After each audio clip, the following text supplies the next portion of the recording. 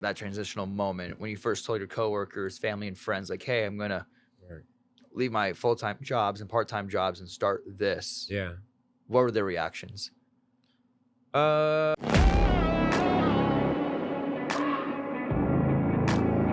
I'm sorry to say this, Dewey, but I'm a big Jackson Dart quarterback guy. So the jersey you're wearing right now and the guy that you're wearing right now, you're representing Dak Prescott. I yeah, think man. Jackson. Cowboys, baby. I think Jay Dart is gonna go off on him this year. Okay. I mean, it's Cowboys all the way, baby. So we're not really worried about Dart or Williams or, any of those other quarterbacks. We got a new receiver. I'm excited about the year, man. You're confident in your boys this year? Not my money. I won't put no money on you, Dak, but I will cheer for you from the side.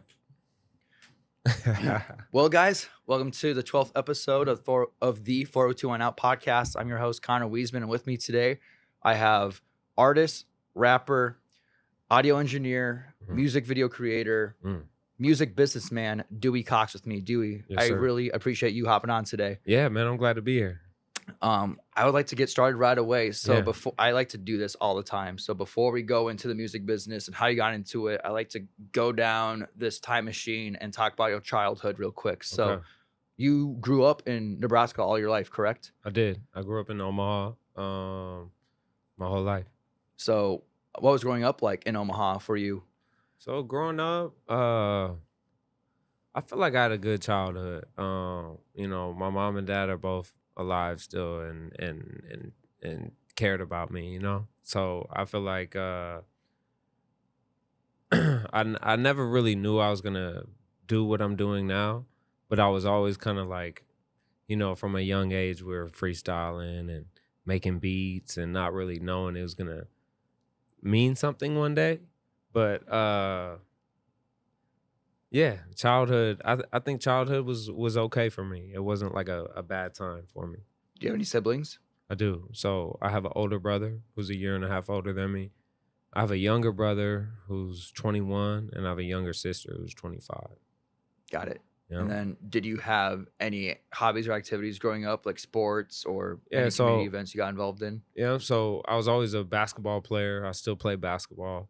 I played football growing up, baseball, soccer. So I'm overall pretty athletic. Like I could still pretty much play sports. I still play sports. Still go to the gym and care about my health. What was your high school career like? High school career, so I broke my leg my sophomore year. And after that, I never really, at that point, my life kind of shifted into like, I went into working. I was more concerned about like having money rather than like, I mean, I was still playing basketball every single day. But it just didn't, my focus wasn't on sports at that time. What was And I don't think I wasn't putting enough time into the game to be where I needed to be. So if you did put in more time, do you think you could have been like a collegiate athlete of some sort? Collegiate. Yeah, collegiate. I think I could have played somewhere. I'm kind of glad I didn't. Not glad, but just I like how it went for me. I like that I chose to kind of start working a job, whether or not that was a good choice in the moment. I think for the long run, it prepared me for what was next. So what was your dream job growing up originally? So growing up, I'm gonna say like once I started thinking about a job, maybe. So maybe not as a little kid, but I always thought I was gonna be like a corporate guy. Like I would go into an office and work in a big building and be in some sort of sales position. Kind of since high school, I thought about the corporate world and I was preparing myself for that. And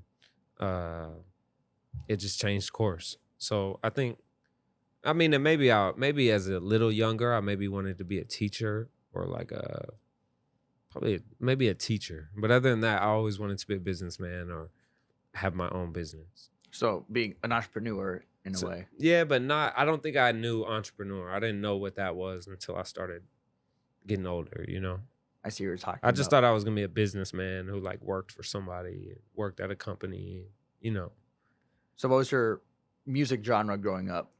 Music. So I always honestly have just listened to like music that's mainstream.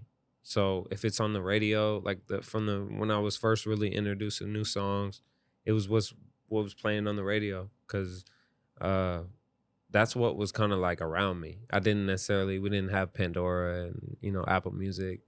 Uh so I was listening to what was on the radio. And in sixth grade, I think my first CD I ever got was the Carter One by Lil Wayne. And that was like my first CD where I was just like, oh man, I love music. Music is different. Um, and so I mean predominantly mostly rap, but like I said, I was listening to the radio, so I was hearing everything that they play on the radio, which is like mainstream music. What was it about Lil Wayne, the Carter One, that made it so special for you? Uh, I don't know. I just thought he was the coolest guy at the time. I just thought he was cool and how he was rapping. And I mean, even that just turned out to be a classic album, but it was like the first for me. So it was something. It was like Lil Wayne and Eminem were the two sort of like, oh man, those guys. And then it became, as I got older, there was new people I was introduced to that I was like, oh, I like how they're doing it and stuff. But at the beginning, it was kind of those two who were just like they were setting the tone for how I approached music and stuff like that. So you make music videos as well, and to my understanding, you're like the Cole Bennett, but for Omaha. Maybe Yeah. you may not own Lyrical Lemonade, but you do have Dewey Films that you own. Yeah. So, as we talked about earlier, I believe there's a vision when a music video creator or video producer or film artist hmm watches like a movie and then gets inspired by it to make like music videos. So, what movies did you like growing up? Yeah. So, I mean, I wasn't huge on movies, but I will say the ones that stuck with me were the Adam Sandler movies. I feel like Waterboy was a big movie in my world at that time. Whenever Waterboy was like available to us, that's when I was like into movies. And then he just sort of just kept dropping these gems on us, and giving us movies. And I just thought I'm someone who my main genre is comedy because I like to laugh and I like to make people laugh and to laugh with people. So comedy is naturally I wrote a script myself, like a full feature script, and it's a comedy movie because that's what I'm into. That's what I like. So that's why I think I resonate with Adam Sandler so much because he's like a funny guy, and he plays basketball.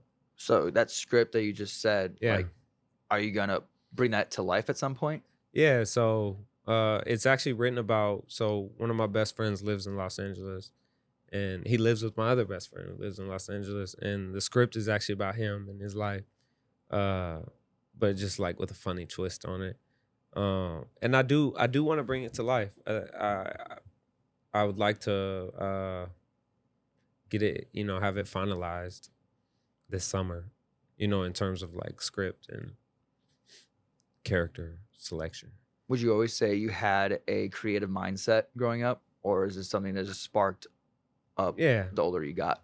No, I think I was. I used to always like coloring. I still color with my son. I like coloring, and even back in the day when they had those big cameras, I used to now that I look back at it, I used to use that to film me and my cousins like wrestling, and we would make like little wrestling video. But it was like longer. It was, there was a big gap between when I did that and when I picked up an actual camera and pursued it that way. Uh, but to think about it, I was sort of using a camera when I was a kid and creating our own little content. So you're a big Adam Sandler guy. So you'd say that's like the only like Adam Sandler movies. I was like, what you were mainly into growing up. Yeah, I mean, other than like Disney movies as a kid, I think Disney movies were great. I like Will Smith a lot. There's a ton of people I like. Um, I think I just resonate with Adam Sandler. I like his style of comedy, and the way he presents his movies and himself as an actor.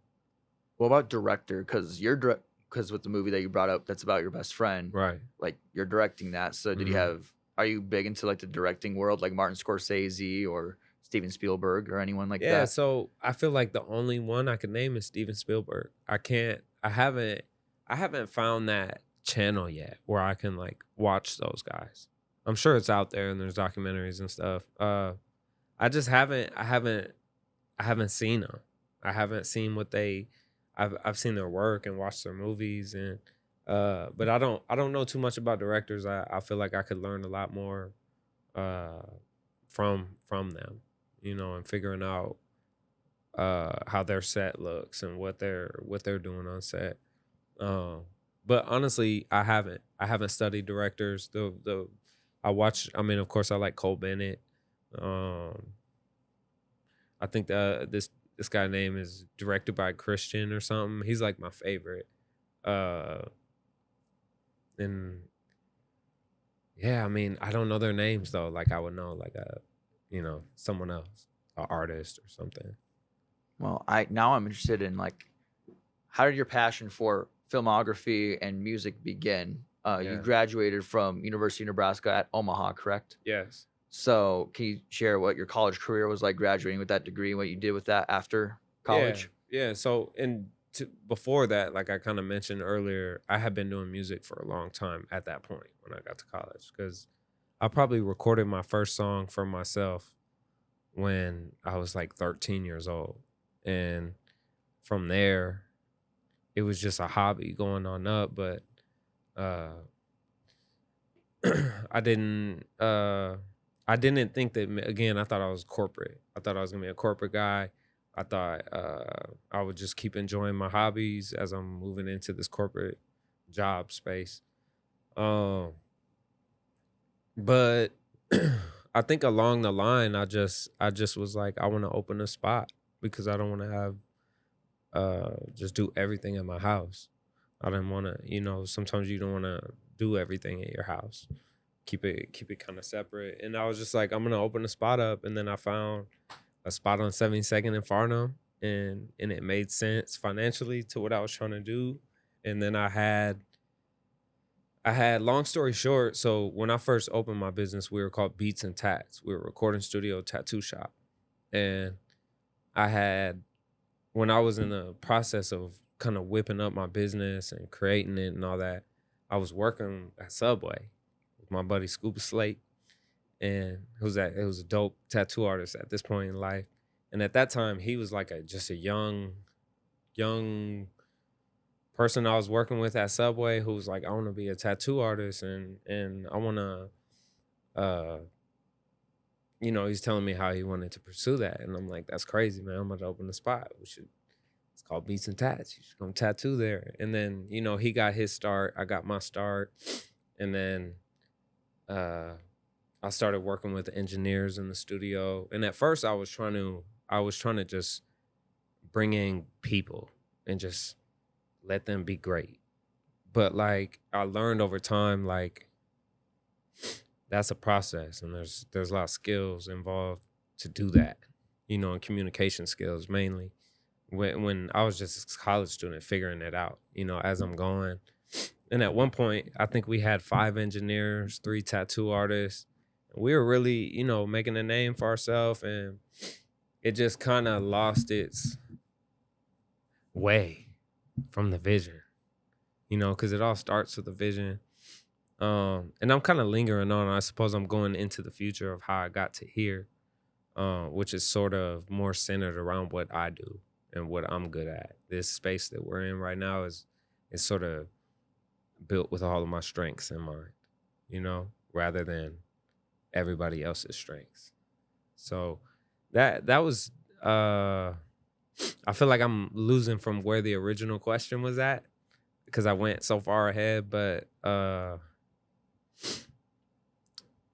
I don't know. My life just inspired me to do it because I was just knew I wanted to be an entrepreneur, and I was like learning all these things in school, and then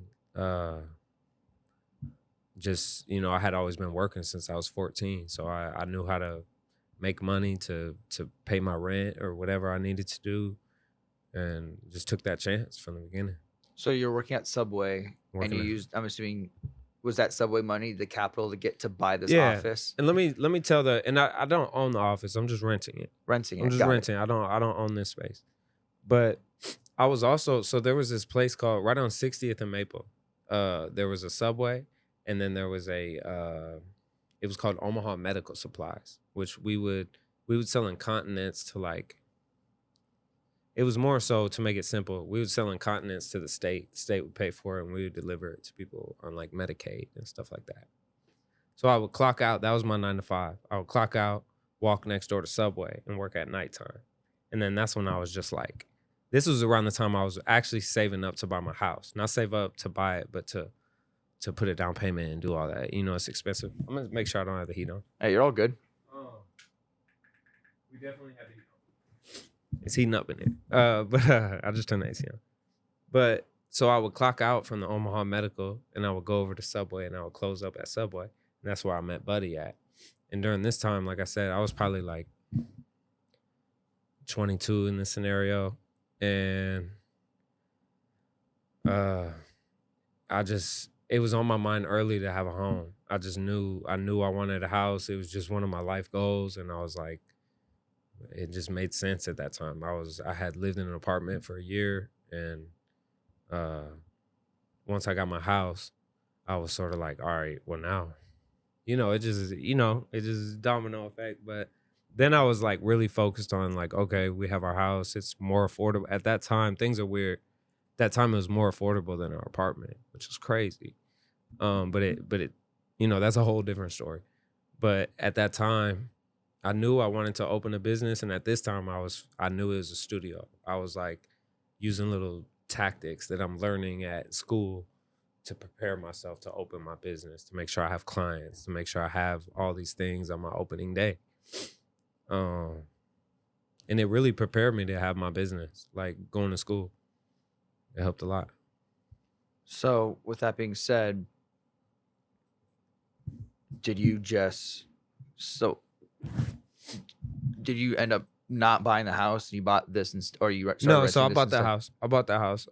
And I lived there for like 12 years. And I sold it like 3 years ago. So like, and now I'm in a different one in this area now. But that house, me buying that house was like a pivotal, it just in hindsight, like that's a pivotal decision in my life that I made, because it just, things would be a lot different. Housing was different back then. It was way cheaper. So, me owning a house for 10 years put me in a certain situation where, it was worth a lot at that point when I went to go sell it compared to what I owed on it, which allowed me to get into my next house. But all of this is like, this wasn't that dramatic or expensive. You can sign up for a lease and you're just paying rent, So this wasn't near as the studio hasn't been, other than the initial startup costs, buying computers and stuff like that, it's just paying rent. So I feel like I didn't need to be in the same financial spot I needed to be when I was trying to buy my house to get the studio. You know what I mean? Yeah. Like if you have a decent, you need credit and stuff, right? I just happen to have credit. I had it because I was paying attention to it since a young age.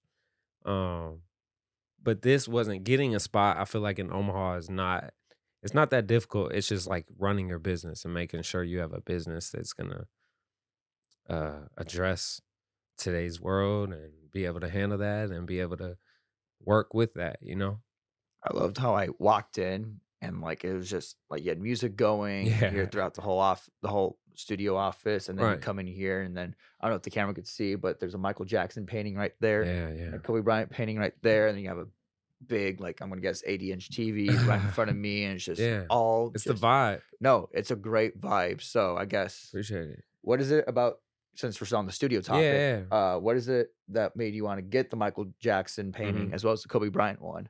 Yeah. And both of those were like custom by request. I went to both of those artists and told them who I wanted. My guy Danny Reyes painted this one. He's like a known painter in town, artist. He has his own art studio, and I just wanted someone iconic.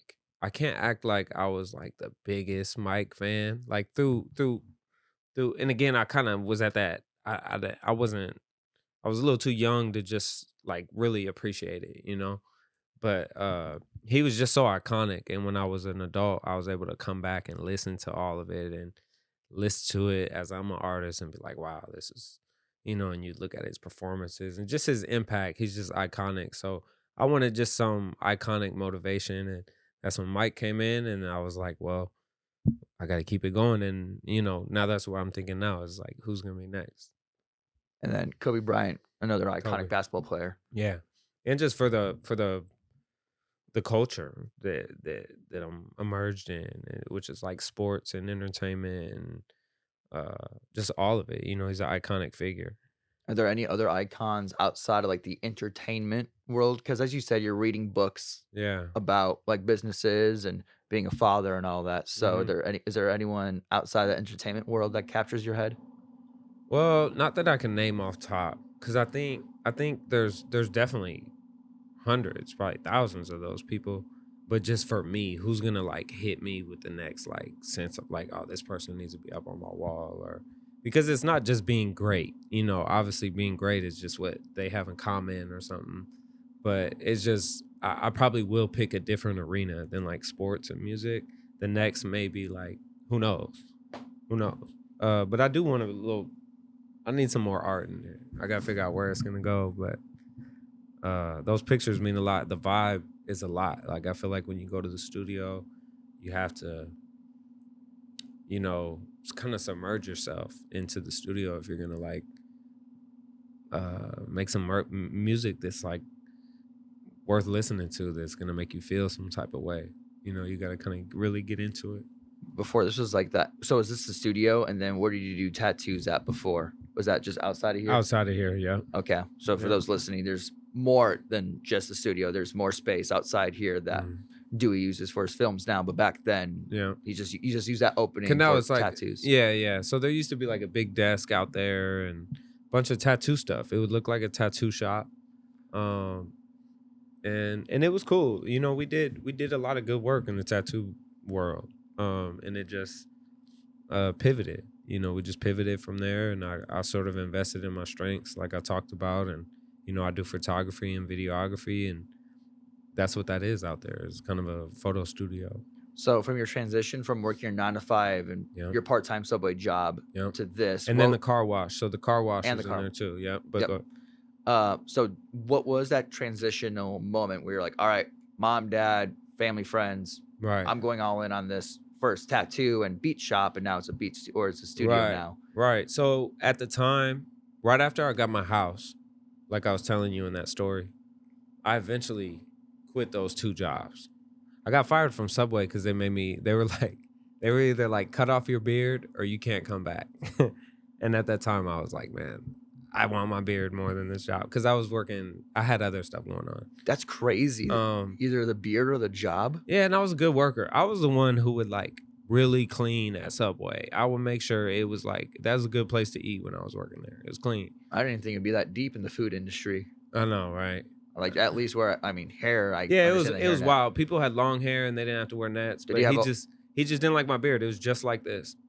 But I don't know. Anyways, it was that's not a big deal. But I ended up quitting those two jobs. The Omaha Medical was like when I worked for his name was Sam Oku, and he was like a pivotal person in my life because he was like an entrepreneur who I was working for, and he was sort of teaching me the ropes. But then he moved away, and I left that job and left Subway and went to the car wash because I had a history with the car wash. And long story short, I started telling everyone at the wash like, yeah, I'm about to open this spot up, blah blah blah blah blah. Like, shoot, one day I'm gonna quit, And then I went down to 1 day a week at the wash, and I would be at the shop, all the rest of the days. And just eventually, I just put my 2 weeks in. I was like, hey, I'm gonna go full time over here, and that was around 10 years ago. So, I just started telling everyone about it. You brought up Sam, who is a guy you looked up to. Yeah. Were there any other mentors that you looked up to before or even right now? Yeah, definitely the same. So, for sure. So Sam Oku's definitely a pivotal person in my life. A friend of mine, his name's Jake Romero. He's like a big real estate agent, sort of just private investor person now.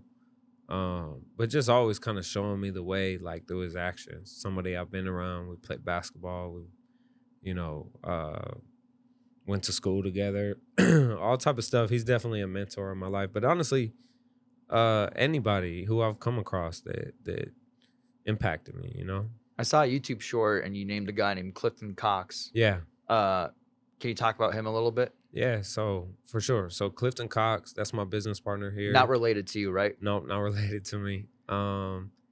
And we started working together like 8 years ago. So he joined me when I was over at the other place, and just kind of stuck around. Cause like I said, I was working with like 6 people at that time, and he was sort of the only person to come with me to this next place. I'm still in a good place with everyone, you know, at this point, but he was the only one who sort of fit the vision, you know, and fit.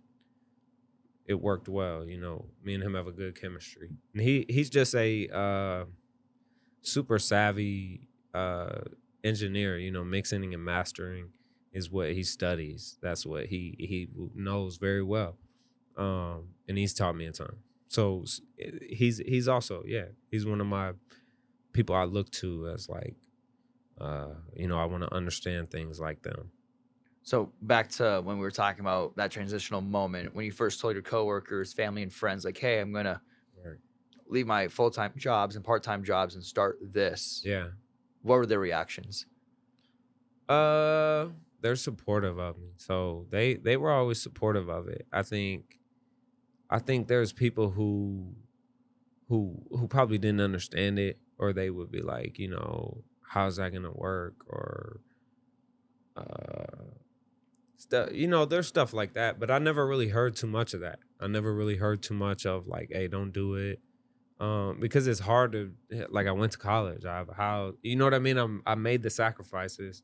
So it's like, it's not like it was, it's just different. It'd be different if I was even living with somebody, or you know what I mean? It was like I'm already so far to independent. This was like, you know, I was independent long before I did this.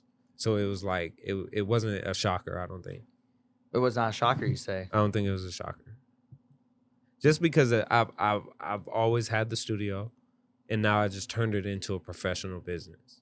So I don't think it was a shocker in that sense. You know what I mean? How do you bet on yourself? By investing in myself, by buying equipment and showing up every day, and doing stuff like this, you know, finding opportunities when I can talk, when I can share my story, share who I am, things I've been through. Speaking about equipment, I was wondering about that because, Yeah. like, I walk in, and as I said, you have a big 80 screen TV up here. Yeah. You got 2 monitors, a keyboard, a piano Yeah. underneath. So, like, I just want to know. Mm-hmm. So, how many cameras do you have total, if you don't mind me asking? Yeah, no, that I only have one camera. Honestly, it's about time. It's about time. I've been eyeing a new camera. I'm supposed to be working on a deal where I'm acquiring one. So this year I could have a second camera that I'm adding. That'll be my new main camera. It'll be like a big dog. But really, I do all my stuff with one camera. And it's kind of at this point in technology, like to everyone else, they're like, oh, this is a really nice camera. But to the other shooters, like all the other people doing it have nicer cameras than me. So, and I don't necessarily have a bad camera. I just have had it for 7 years, 6 years. Right. So with technology, that gets old quick. Is it a Canon or what? Sony. Sony. So I have a Sony A7 III. And that does the job for you? It does the job. It shoots in 4K. Because most of it, like, with your light, it's about lighting. It's about creativity and lighting. It's not about who has the bigger camera. Sometimes it is, but only if you're gonna jump up to the movie cameras. They cost $30,000, $40,000. But otherwise, if you're just in anything under $10,000, whoever lights the best is gonna win. So as you see, I brought one light studio camera. Yeah. I have 2, but I only brought one for Right. this interview. How many light studio cameras do you have? So like lighting, Yeah. lights. I have like 8, but I have a main like 3. That you Yeah. bring everywhere with you. Right, for the most part. Every shoot and every kind of situation is different. Like I just had a project where I was filming they had like slam poetry, big competition between the local schools, so like the high schools. And I was filming that. In a situation like that, I can't bring lights. I can't interrupt the show so I can get a shot. So I have to sort of work with the lighting that I have, which is a challenge. You can imagine. What software do you use Premiere Pro. for Video, video? and then Studio and Pro Tools, and those to me, as I understand, are the standard. Like those are like there's new programs for video editing, and I just see those two as the standard. A lot of industry people use them. Do you know anything about BandLabs? Yeah, Like, are you like very familiar with it? not very, but I know what it is, and I could do it if I needed to. Okay, because I heard that there's this app It's like called on your BandLabs. phone. Yeah, you just record it on your phone, and Yeah. then either like is there any AI use with that? So Or is I it bet just- they do have AI use. I use a little bit of AI, but not like in the recording process. I could imagine maybe the AI helps like fix stuff, but it's really like I don't know. It's like I don't think there's a problem with people using BandLab. I just think there's like levels to everything. Like I don't think we'll ever see like somebody who's made it go back to BandLab. And there's a reason for that. It's not that BandLab is like bad or it's like, it's just for somebody who wants to record something on their phone. So like a good beginner, Mm-hmm. like if someone wants is like serious about starting music, they can use BandLabs and then invest in actual equipment and probably better software development. Yeah, for- and I think there's different ways to go about it, because you have the entrepreneur way, who's gonna tell himself, okay, I'm gonna put in the 10,000 hours. I'm gonna learn how to be an engineer. I'm gonna learn how to mix and master. I'm gonna, all of that takes a lot of time. So like, if you want to go on that commitment, then that's a great way to start is BandLab. But it's the same as like any other program you might use. You're just getting a low quality mic, and because the phone is like a weird thing. It's like meant to do all these things in one, when like a studio mic is meant to do one thing. So it's like, it's just like give or take. Do you want to pay the engineer the money, or do you want to incur the cost of you spending 10,000 hours? Because if you go to someone like I mentioned, Clifton Cox or myself, and then you compare our mix to a BandLab, you're just gonna have a hard time beating that. And to some people that matters. Some people it don't.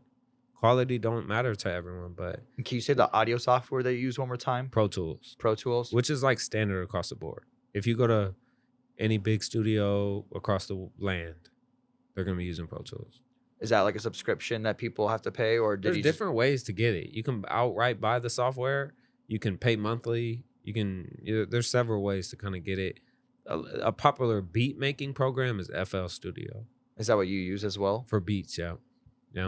And all of these are like well-known programs. These are like, if Kendrick Lamar's in the studio recording today, he's using Pro Tools. Okay. Or if any of those guys, anyone from me and up is probably using Pro Tools. As like you are your own boss. Yeah. What sacrifices do you have to make on a daily basis to come in here, either collab with artists or anyone that wants to make like a short video? How do you deal with those what do you have to sacrifice? That's what I meant to ask.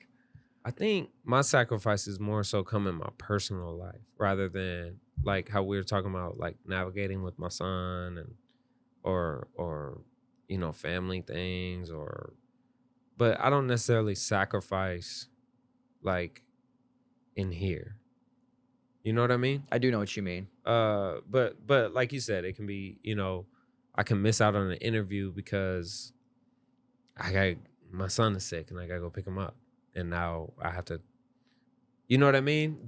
Things like that are sacrifices. And those, that's been one of my bigger struggles, is figuring out like, how do I navigate that? And Because to me, my time is my most important thing I have. So it's like, it's hard when, I'm ignorant about that. So if it's like, if it's my birthday past 4 o'clock and you're not offering like $10,000, my time is more important, And it's like, in general, you know what I mean? Once I'm like committed to this, someone will have to pay me a ton of money to get me out of here before 2 o'clock. Just because I'm committed, my time and my word is worth more than any amount of money. And I keep rambling off track, but I feel like I don't necessarily sacrifice in terms of like, to me, it's not a sacrifice to collab with somebody, but I'm set up to where people come to me as a professional. They don't necessarily come to me as like a favor. You know what I mean? Do you know what you mean? It's sort of like, hey, there's sort of an expected, like, hey, there's sort of a price attached to this. If we're gonna,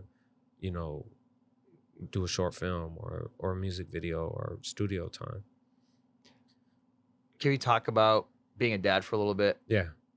Is that the best unpaid job in the world for you? Yeah, it's the hardest job, because I think it's just the balance of like wanting to be his friend, but also like realizing I'm kind of the main point of discipline. Like I'm his dad. So there's gonna be a lot of times when I don't get to be his friend, and I have to be the teacher or the disciplinary or the that role, But it is a great job. It's made me, I'm sure, better.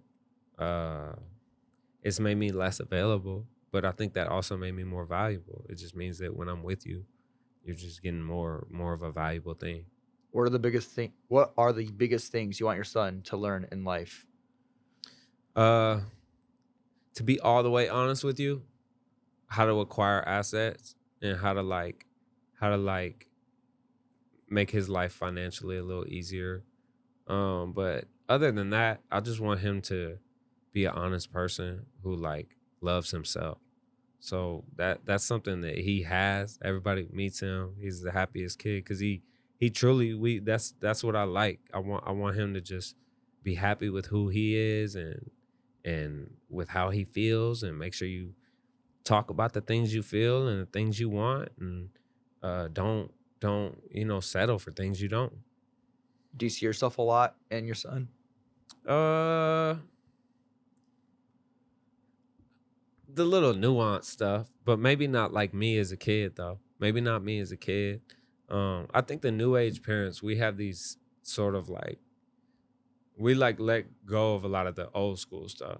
Not always, not everybody. I can't speak for everyone, but I just feel like the way we all grew up is just different than now. Like the 90s were different than today in terms of like, I feel like there's a lot more resources for kids to say how they feel, or mental illness. If you talk about mental illness in 1995 versus 2025, it's a whole different thing. It's a whole different segment, right? So I think there's just a lot more resources for people to potentially be more happy in general, and have access to the things that make them happy. Since you own the studio, do you have anyone that works for you, or is it just you? So I have a partner in crime. He doesn't work for me. That's Clifton Cox. He's just a partner. He's truly is an asset to the business. I'm the only owner, but he's truly an asset to the business. And he's a partner, so me and him share the space. We're like roommates. Do you see him often? Yeah, almost daily. Almost daily. Yeah. So is this like his full-time job too, or does he have something else on the side? So he's also an entrepreneur and an investor. So he spends a lot of time in the stock market, but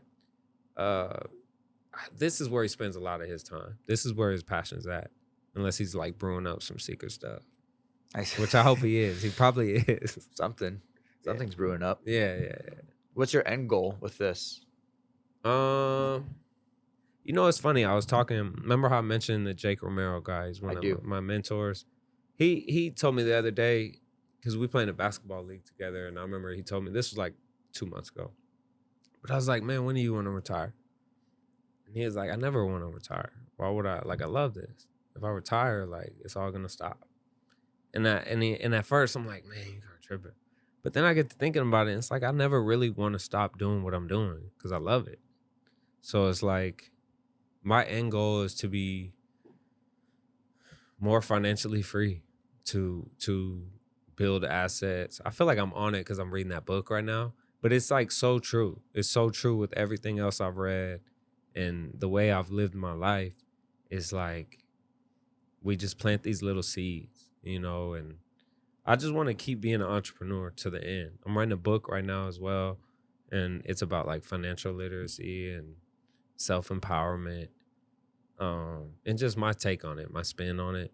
But I just want to be a serial entrepreneur, someone who, if I wake up tomorrow and want to be involved in a restaurant with several other partners, that I just want to be in position to do it rather than thinking about if I want to do it.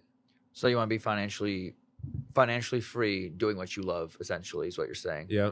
But I think those two are separate. Those two, I'm not financially free because I'm getting paid from music videos. I'm financially free because I take the money that I make from music videos and invest it.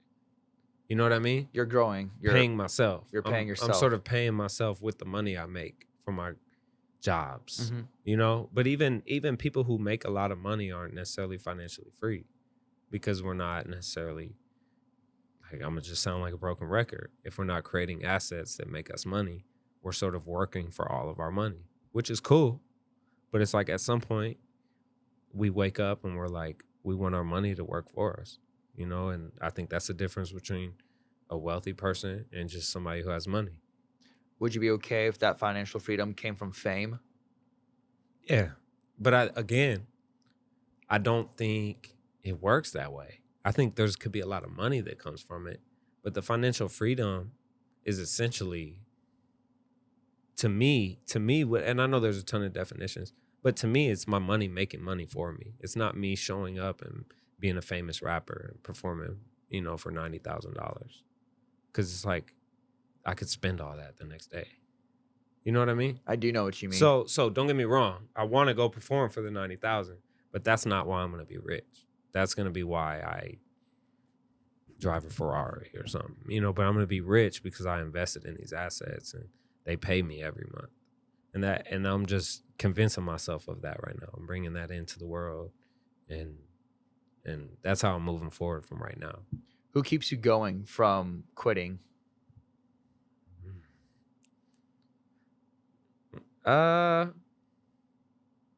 If anyone. Yeah, no, I mean, myself. I'm inspired by the city often. I'm inspired by other people. I don't know. I don't think I could ever stop. I can't just sit still. Like, it's hard for me to just sit still anywhere. Like, I would just have a lot of things I want to do. So if I ever get the chance, I start pursuing them. Like when COVID happened, I'll never forget. Like I started doing 3D animation, and I taught myself this whole new like world. And it was just from sitting down, because I was like, I can't just sit down. I had COVID and I was like on quarantine for 14 days. So I just hit YouTube hard and I downloaded these programs and I started sculpting out of, you know, like how they make video games and video game characters. And I was like doing all of that. But that's the type of stuff that happens when we sit around. So I try to not sit very much. I don't sit very much. If I lay down, I'm going to sleep. I'm very intentional with what I'm doing. Do you have trouble doom scrolling through TikTok or any social media apps? Not trouble, but I find myself like, why did I just open Instagram? Or, you know what I mean? Something like that happens. But I think sometimes, again, I'm never just like sitting. I'm never just sitting here wondering. I mean, if it's like the times I get on is like right before I was waiting for you to pull up. Yeah. I had cleaned up. I was just chilling. You're in between. I'll get on in between. Or late night before I go to sleep, I'll get on TikTok and watch a bunch of space videos. But it's usually either right before bed or if I'm in the middle of something, about to do something. Or if I'm posting. A lot of times I get on there to post. I just post. I really don't check what everyone else is doing. and I'm just like getting mine off, and then like, you know what I mean? Was there ever a time where you're just like, screw it, I don't want to do this, screw renting this out, I just want to find a new Yeah, hobby or find a yeah, new job career? yeah, absolutely. So back when I was at my other spot and I had all the people with me, it was just sort of becoming something that was just not what the vision was. And there was absolutely several times when I almost stopped it all and just shut it all down and quit. Or you know, in the first 4 years when I was in the red, and it's just hard as a new business. It's hard. You can try as hard as you want sometimes with a new business, and if people don't support it or there's other things, you know, they already have people, or you're not doing your stuff right, or you're not focusing on quality, or just so many different things that a business can fail. And mine almost did. It technically did on paper for 4 years. Would you say being in a quote unquote bad environment was what led to that? It wasn't the environment. It was the way I managed the situation. So it was on you. It was on me. It was on me ultimately. I like how you take accountability for No, that. it Not a lot of people was. could do that, dude. In hindsight, it is what it is, man. At first, did you blame it on someone At else? first, I was blaming. A little bit, you know, and I just felt like too. I wasn't so like in a blaming stage. I was just more so trying to make sense of it, or trying to make sense of how could something I love so much get derailed by somebody who didn't even start it or have anything to do with it, really. And then just learn it. You know, you just learn over time. You learn yourself. You learn how you handle situations. You learn other people and what's real and what's not. You know, which is who's doing the work and who's not. You know. What happens when you don't receive the recognition you think you deserve? See, I'm weird on recognition because I feel like that question in general is like people get emotional about that because people always want their credit and they want their. I'm not like that. I think I want the what comes with it. Like, hey, if you made $1 million on this thing we made together, I need my cut of that. But you can just tell the world that you made it. You know, I don't if it's not my thing, you know what I mean? But if we built it together, I just want my side of the business. I haven't been big on like, you know, I love when people tag me, like when I do a video or something for them, but they don't have to. That's like your video. You know, I feel like I just am happy with where I'm at. I don't, what people say, like we were talking about earlier, whether it's good stuff or bad stuff, it's just like cool, you know? I'm literally the same way with like when I post new episodes and then like right after like interviews, I'll be like, hey, I'll tag you. I would love to collab because I think it'd be a win-win for both of us, but you don't have to. Right. And then I would love if you shared every clip I make. Right. So I definitely understand, and I'm in the same boat as you. Like you don't have to. Yeah, yeah. But like I'm not gonna lie, it helps. It does help. And I also feel like I just know what it's like too. It's like if somebody pays for a product, I'm just weird about it. I feel like it's theirs unless we talked about it a different way. Like to me, this is like your interview. It's your footage. Hopefully I get to share it to people and show it to people, but it's like I respect the fact that you put all this together. This is your show. It was premeditated. It was like put a lot of work before this moment.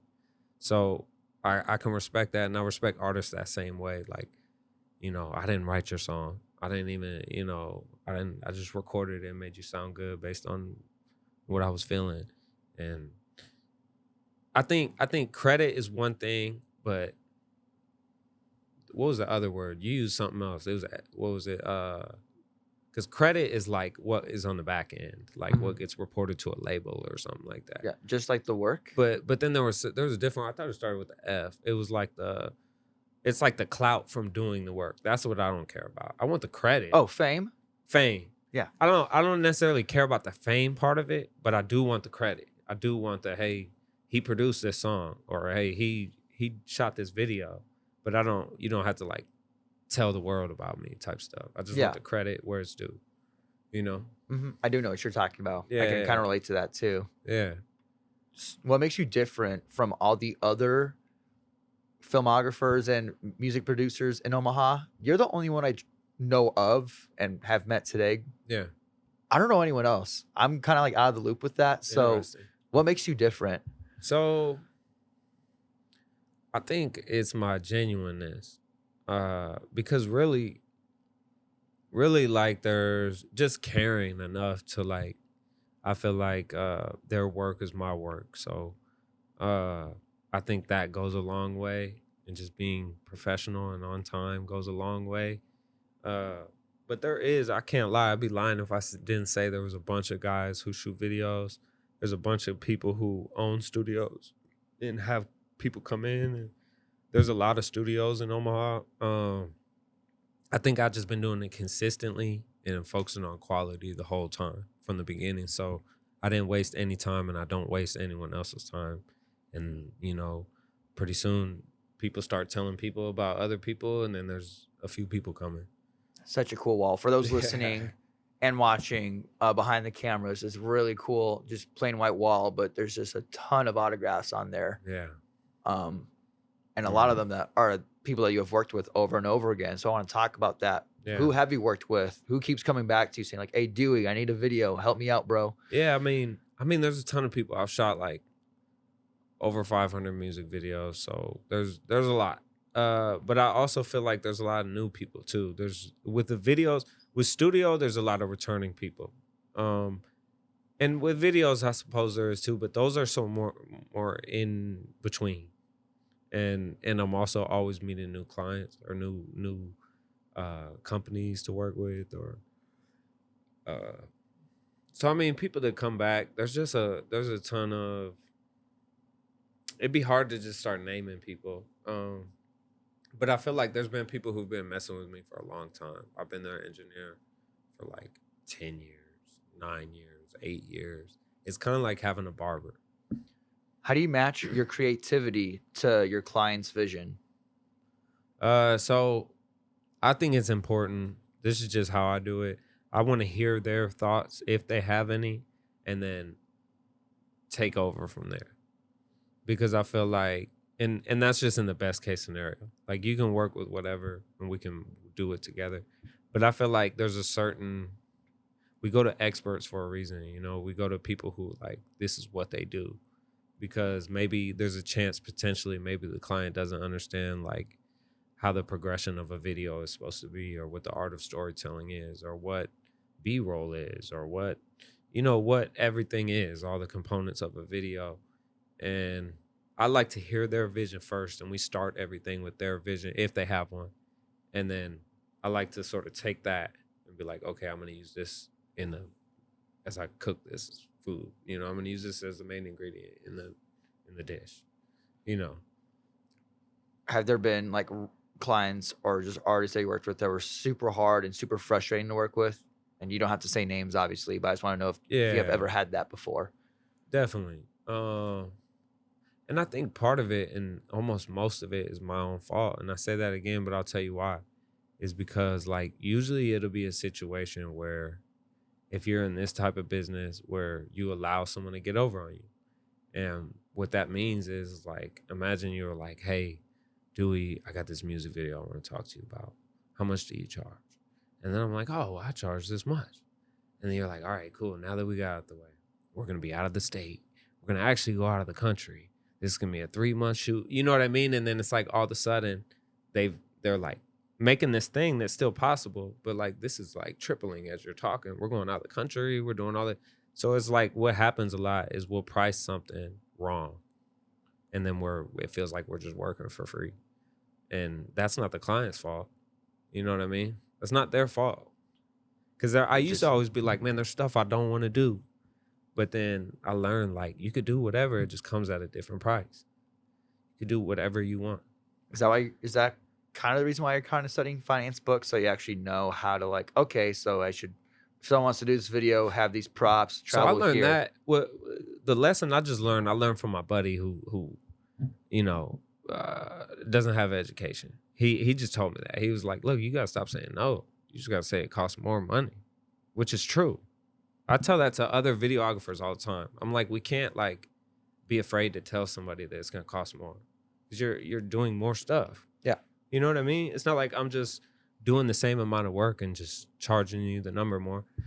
We just can't be afraid to say, hey, this extravagant video you want is going to be an extravagant price. You know? I get what you're saying.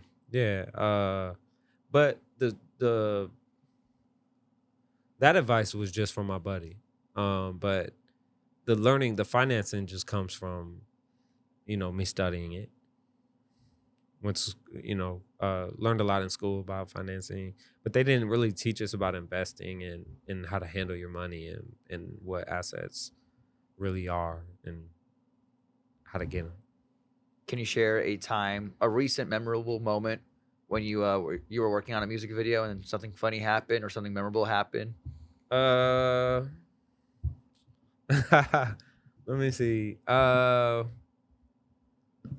recently shot a music video in a haunted house with Snake Lucci. I don't know if you know Snake Lucci. He's on tour with King ISO right now.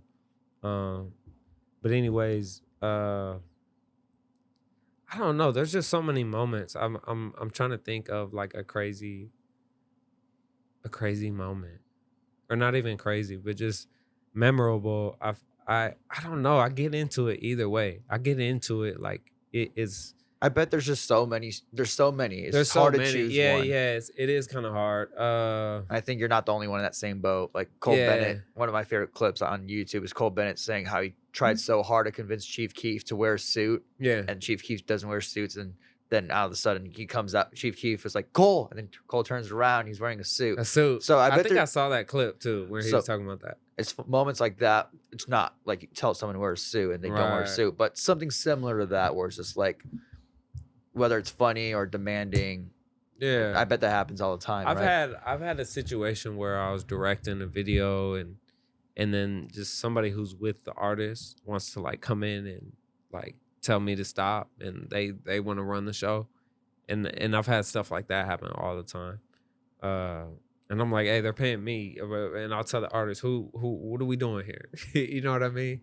But I've had that happen quite a few times. Of course, funny stuff happens all the time. I mean, like I said, I'm a funny guy.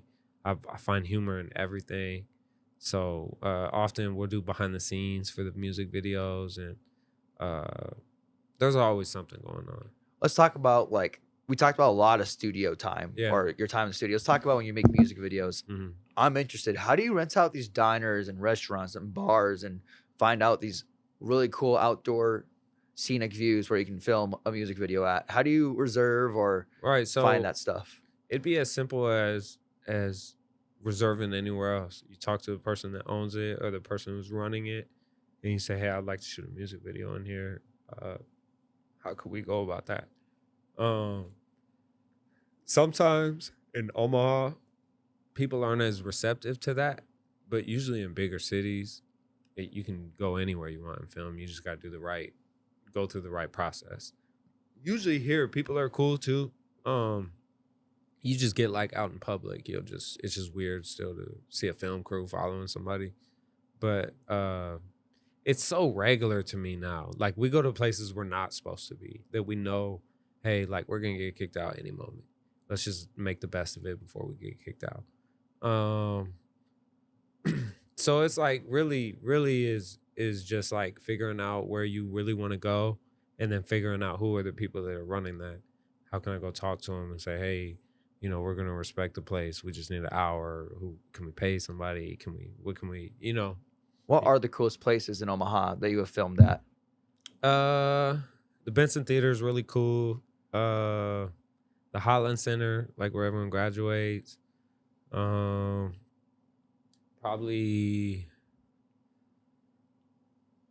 I mean, downtown is really cool. It's just like cliche and old to all of us now. But out in the cornfield, I did some cool stuff out there. But that's the thing about film, is every single thing is like has its own significance. And if you tell the story right, it can be significant, I have a crazy question for you. Okay. If you had an unlimited budget for a music video, what insane idea would you bring to the project? Unlimited, I would probably shoot a video where we're like meeting and interacting with aliens on the moon, and we're just like meeting aliens out of space.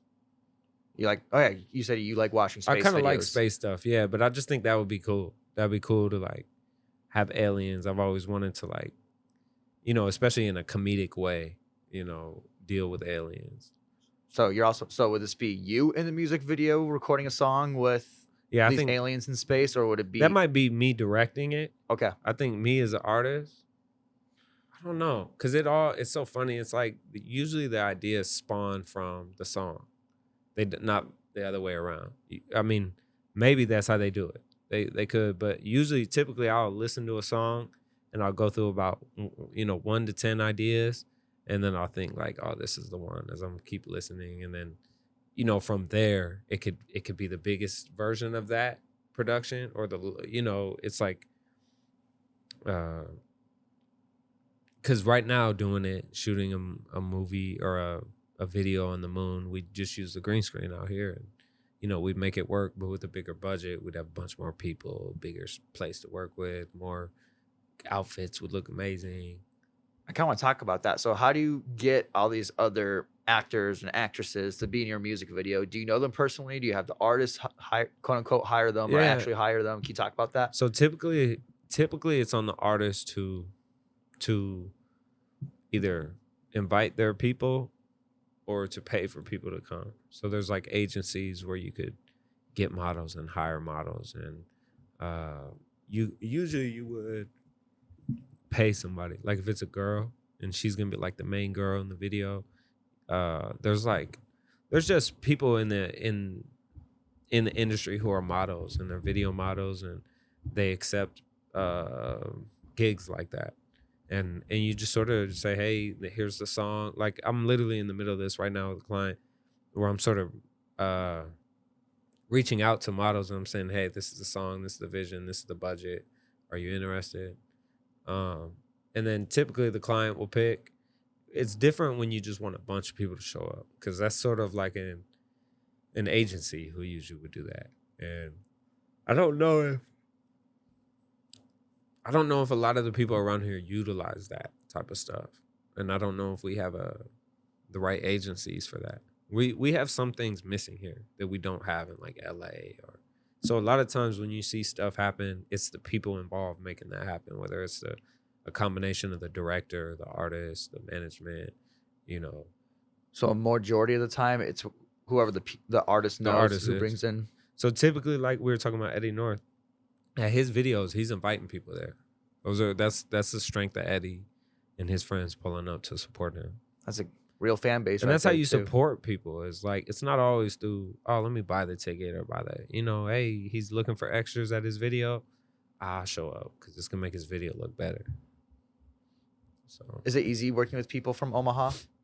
I think so. I think it's easy for me to interact with anybody. That's my gift. Do you usually work with artists out of state too? I will. I feel like it's more rare because they have to, contact me. They have to find me. But have you ever traveled? Sorry to cut you off. No, you're good. Have you ever traveled out of state for a music video yet? Yeah. So I've shot like 10 music videos in LA. I've shot in Arizona. I've shot in Kansas City. I've shot in St. Louis. It's just all a matter of like in Utah. It's just a matter of like finding the right, someone finding me or me making ads in different cities that I want to go to. But just it's a matter of the client wanting me. And yeah, sorry, keep you on it. But no, you could.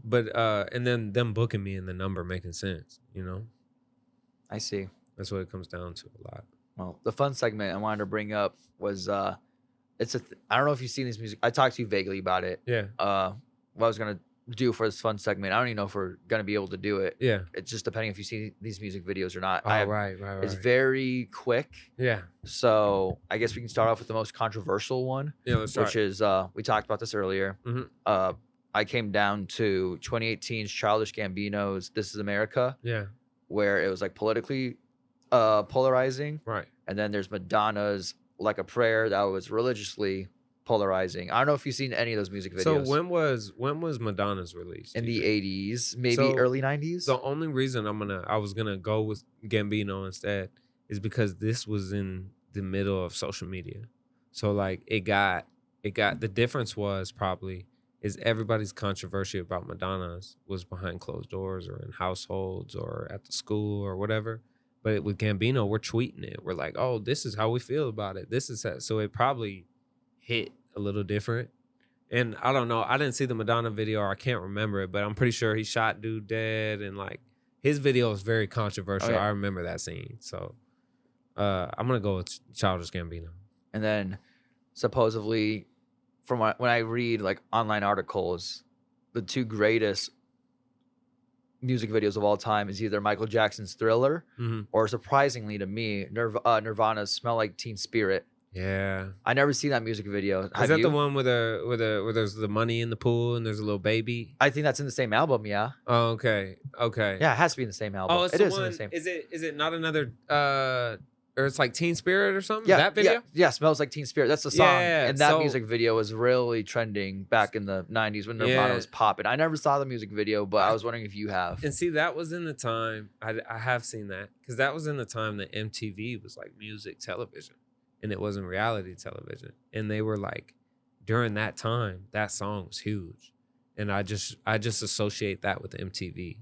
That was big. And the other one was Thriller, though. I don't know if I can say it's bigger than Thriller, because I think Thriller still has life today. Thriller is still like, The song and the music video. yeah. Whereas like Smell Like Teenage Spirit. I think it's tough because it's Mike. You know, it's like Mike had it'd be like comparing a great moment from some athlete against Jordan. It'd just be like, dang, it's hard to say your moment was bigger than his, you know, because it's like, I heavily agree with that. I like you know the way what I you mean? put that. It's Yeah. almost like, it's like, dang, you had a great moment, you know, in the glimpse of time, but this guy had like a couple hours, you know. Yeah. I mean, who knows? If Kurt Cobain was still alive and Yeah, that's what I'm saying. If his trajectory would have gone different, and the song was great, I'm not taking away from it, but if I just compare the two, and especially the video and the dancing, the choreography, the video part is hands down Thriller. But the vibe of the video, that's different, because sometimes I'm sure the budgets are way different too. Mhm.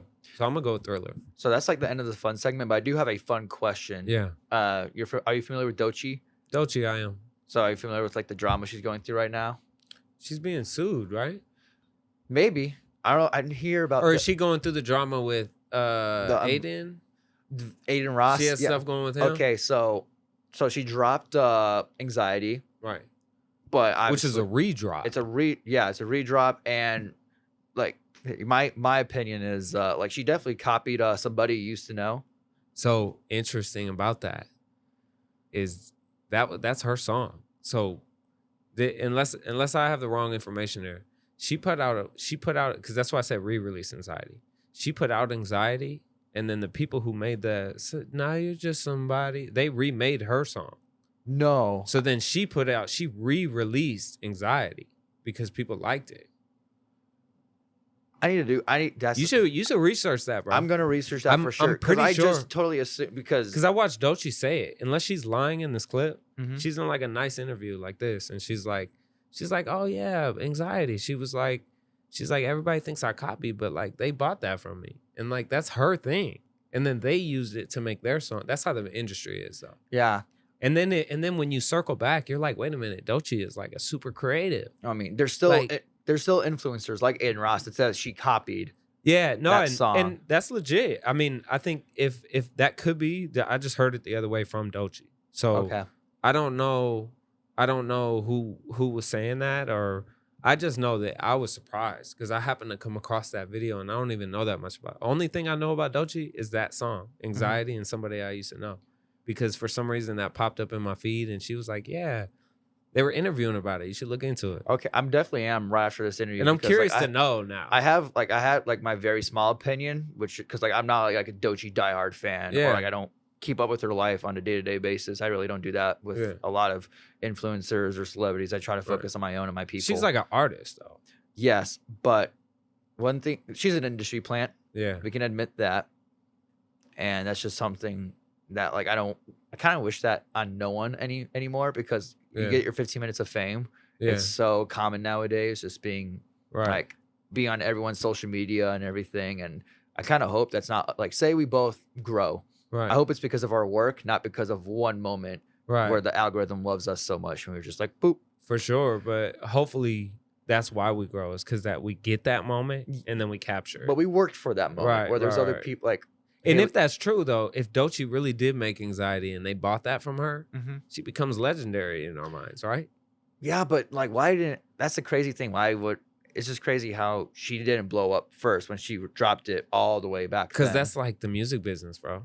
That is the music business. Is like you don't just. First of all, people don't make original stuff. They just hear something, samples. right? Or they'll be like, oh, look, this is a Doechii song that is small. Let's buy this, or let's lease this. It's just the little melody they're using, and then they made a whole different song about it.